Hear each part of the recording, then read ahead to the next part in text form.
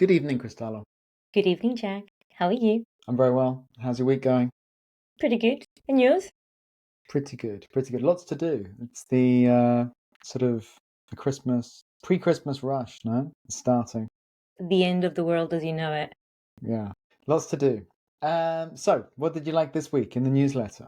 Oh, I did like you talking about the comic book that I have to say that when I didn't really know much about this Kelvin and Hobbes until you. I didn't know at all anything about them. And it's so funny. It's such a funny, well-written comic book that it's really enjoyable. And really highly recommend it to students to read because it's very, very funny. And I think how old are they So I starting think it? it was they started making it or started writing it rather in the late 80s, early 90s, I think around And then. it's still very relatable. Yeah, still very relatable. If anyone's not sure what we're talking about, this week in the newsletter, I was talking about Calvin and Hobbes, which is an amazing, well, comic book, I suppose. But, it's nothing to do with superheroes. It's just about this 6-year-old kid called Calvin and his stuffed tiger who speaks English, Hobbes, and their sort of adventures and everything like that. And it's just the best. It is the most magical, the most fantastic comic strip I've ever seen. So for me, you can keep all your Marvel and you can keep your Batman, Superman, but for me, Calvin and Hobbes is excellent. And if you want to learn English, this is a really, really good idea. And I posted a link here, Cristalla, which was that you can read a new one every day. So I think it's a Yeah. really good one. Because they're usually very short, aren't they? It's like one Yeah, couple of like pages. so like there's different levels, the different whatever. There's one that's just sort of three boxes, and then there's one that's pages, well, one page, and then there's some that like go like proper stories that go on and Hmm. on and on. But it's Yeah. so nice. Lots of phrasal verbs and lots of expressions in there that people can improve their English with. Yeah. Hmm. Related to that is the something to avoid. The common mistake. This is I saw a comic film. Now, when we're talking about comedy, it's different. You don't say comic, you would say we watched a comedy or we watched a funny film. But if you talk about a book that is based on a comic, or sorry, a film that is based on a comic book, we say that a film based on comic book, Yeah, not it's a bit a of a comic. mouthful though, isn't it? But I It is. suppose that is the best thing you could say. I mean, the other thing you can say is I saw a superhero film. Yeah, There you are. exactly. That's it. Or of course they have like was it like animated? Do you say like animated novels and things like that? Yes, they do say that too, instead of comics, because comics can be considered like more for children rather than for adults. Hmm. Hmm. Good. So yeah, I saw a superhero film. Yeah, on the weekend. You love your superhero films, I I bet. do, I do. It's easy to like just watch it, and it's all this action, not really much conversation happening. So it's easy And you're to there zone like out. Yeah, yeah. zoning out. That's a good Mm-hmm. phrase verb for you. Yep, yep, Business expression, sketch out the plan. I like that one. yep. Go ahead. Well, okay. To sketch, well, you explain to me what sketch is. Well, there's different words to talk about plan. You can draw up a plan or you can sketch out a plan. So in this situation, like a sketch is when you have, the initial drawings, initial ideas for it. Right, Jack? Sure. I mean, to sketch is obviously like to draw, isn't it? But like very, like faintly, not, like with big markers or anything like that. You're just sketching out the initial broad strokes of the plan. Quite like saying that, broad strokes, like the rough outline. Early stages of planning, quick sketch before you fill in the whole picture. Exactly, exactly. And that's pretty much it. Mm-hmm. Short and sweet newsletter this week. But like I said, do check it out. If you are thinking about, well, if you want to improve your English by reading comic books, I've included a link in it. And for those of you that are not subscribed yet to Crystal Clear English Weekly, do please subscribe. Love to have you there. And then you will know what we are talking about. Exactly.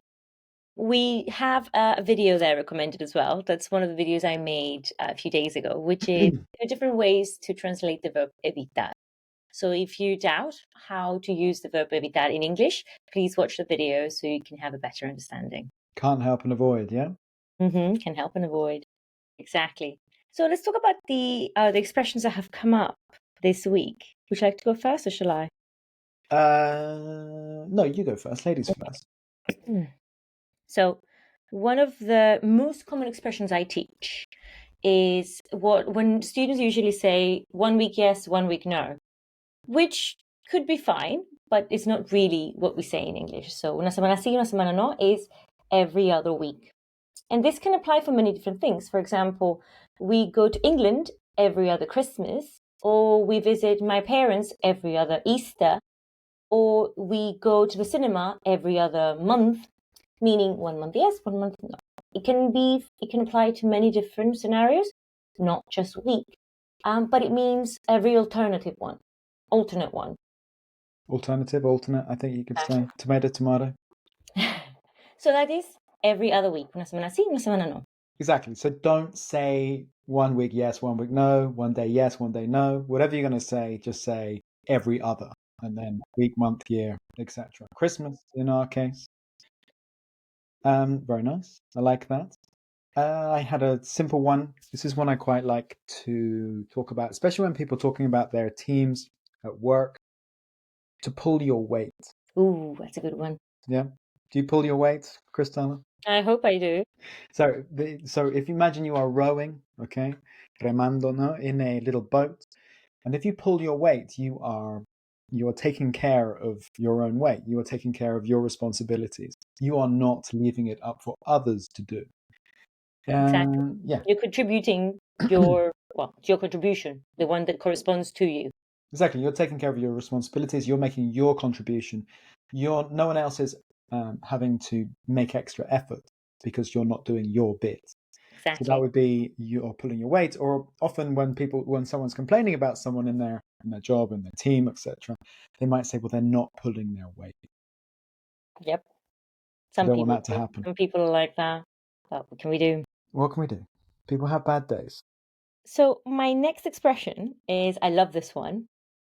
How do you translate ponerse las pilas?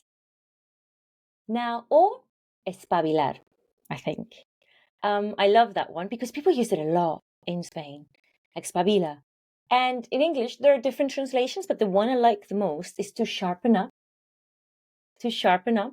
For example, if you want to pass your exam, you need to study and sharpen up. You can't just be lazy and expect things to happen. Sharpen up. Or if you want to achieve your goals, you can't just be casually doing stuff. You need to sharpen up and get to work. Sharpen up. I like that. What else could you say? Ponerse las pilas. I saw some different translations for it. And because obviously to get your act together, that's one. To step up your game, but to sharpen up. Sharpen up. I love it. Because it's like afilarse. It's like not just do the basics. No, just be sharper, you know? Yeah. Okay. What about you, Jack? I got it. It's a super easy one. Ida y vuelta is, how would you say that? There and back? Describe the trip. There and back? Yeah, yeah, for sure. They're there and back. But what would you say if you're describing a trip? You would say it is a round trip, right? A round trip. And of course, if you're going to the UK this Christmas and you just want the Ida, I don't know, you're finding your own way back or whatever, then you can just say a single. Mm-hmm. A one way. One way or a single. Exactly. And obviously, if you're coming back, you can say a return. And talking about the trip in general, you're going to say that it is a round trip, there and back. Great. I love that one. Now, my last one. I love this because I heard someone the other day say it. And I was like, what? The Spanish one. Estar como una cabra. Estar como una cabra. Now, there are obviously different ways. You're crazy, whatever. But one of my favorite ones is to be off your rocker. So it's like, he's off his rocker. I don't know what he's doing. Or you're off your rocker if you think I'm going to buy, I don't know, this pen for 30 euro. I'm going to pay 30 euro for this pen. No, you're off your rocker. Yeah. You're crazy. Yes. What are you talking obviously, about? you can say you're crazy, but you're off your rocker. It's estás como una cabra. Nice. I love it. And finally, for me, I've got tocar la fibra. So again, this can be interpreted in a few different ways. You could say to strike a chord with someone. like you resonate. If you're on the same frequency, you strike a chord. It's like Cristalla, your little speech earlier really struck the right chord. So you've got that. You can also, in a negative sense, I think you could say that it hit a nerve. You hit a nerve or you touched a nerve. Which be that someone was offended. Exactly, it touched like a sensitive area. It's like going to the dentist, you know, when they hit the nerve, you're like, okay, it's like that. But, you know, no one likes going to the dentist. So, Nope, nobody does. so strike a nerve, hit a nerve. And you could also, I think it depends, again, a lot of it depends on the context. But you could also say in a positive sense, it really hit home. If you're talking about a message that really lands with someone, another good thing, if it really hit home, that message like came through loud Touch and my clear. heart kind of thing. Yeah, and of course, I mean, and I think you can say in English like pull on the heartstrings or touch the heartstrings, but I don't think it's as common. But yeah, you could say that it really hit home when you said that, you know. We were talking about this last week, you know, the penny dropped, when you have that moment of realization. It's another one that is similar to those. Cristalla, it's been a pleasure. I know It you've has got to been a go. pleasure. Thank you very much, and I will see you soon. See you soon. See everyone next week. Thank you very See you much. next time. Next Bye. week. Remember to like and subscribe, everyone. Thank you very much for watching. Bye.